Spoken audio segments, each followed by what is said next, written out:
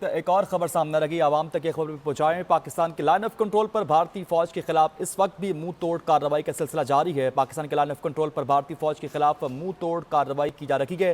Security ذرائع کے مطابق پاک فوج کی بھارتی جارحیت کے خلاف اس وقت بھرپور کارروائیوں کا سلسلہ تاحال جاری ہے۔ پاک فوج نے بلا اشتعال فائرنگ کرنے پر بھارتی فوج کی کئی چیک پوسٹیں تباہ کر دی ہیں۔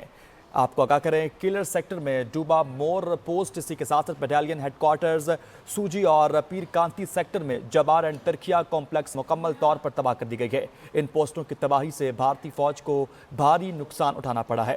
پاکستان کی مؤثر جوابی کارروائیوں سے اس سے قبل بھی کئی بھارتی چیک پوسٹیں تباہ ہو چکی ہیں۔ عبداللہ حمید گل صاحب، آپ کی جانب میں ایک بار پھر سے آؤں گا۔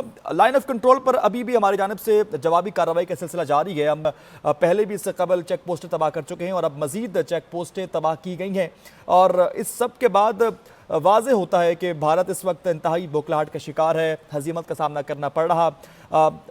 ایک الگ پرسپیکٹو یہ بھی ہے کہ وہاں پر انڈین میڈیا پر جھوٹ پر مبنی خبریں پھیلائی جا رہی، ہمارے اکاؤنٹس ہیک کر دیے گئے، بلاک کر دیے گئے، اور جھوٹ پر جھوٹ بولا جا رہا، سچ چھپائے چھپتا نہیں ہے۔ کیسے دیکھتے ہیں ساری صورتحال کو؟ ساری جھوٹا پروپیگنڈا کرنے کے باوجود بھی بھارت اپنا ہدف حاصل نہیں کر پا رہا ہے۔ دیکھیے، آپ نے شروع میں ہی بولا تھا کہ سائیکولوجیکل وارفیئر تو چلتی ہے۔ یہ جھوٹ جو ہے، یہ جو ہمیشہ سے جنگوں کا حصہ رہا ہے، یا تو صرف بھارت نے بولا ہو۔ ہم کب سے یہ بولیں گے کہ بھارت جو ہے وہ مکار دشمن ہے، بھارت جو ہے رات کی تاریکی میں آیا۔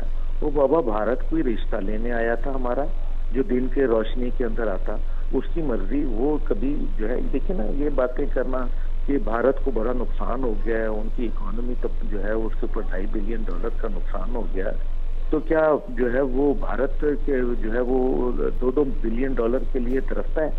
بھارت کے پاس اس ٹائم پہ 600-700 بلین کی اکانومی ہے۔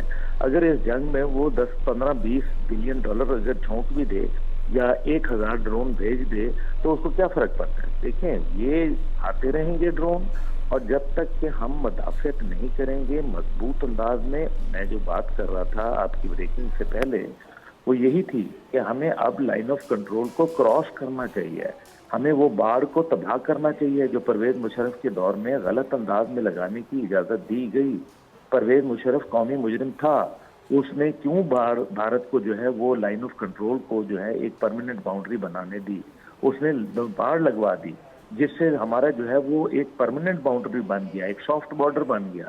بہرحال آپ دیکھ لیجئے کہ اب ہماری فوج کو آگے جو ہے وہ پیش قدمی کر کے وہ علاقے واگزار کرانے چاہیے، جو کہ لائن آف کنٹرول کا مطلب یہ ہے کہ جس آدمی کے پاس کنٹرول آ جائے۔ ویسے ہی جس طریقے سے چین نے لداخ کے اندر 1000 مربع کلومیٹر جو ہے وہ علاقہ اپنے پاس رکھ لیا اور کہا کہ اب لائن آف کنٹرول یہیں سے بنے گی۔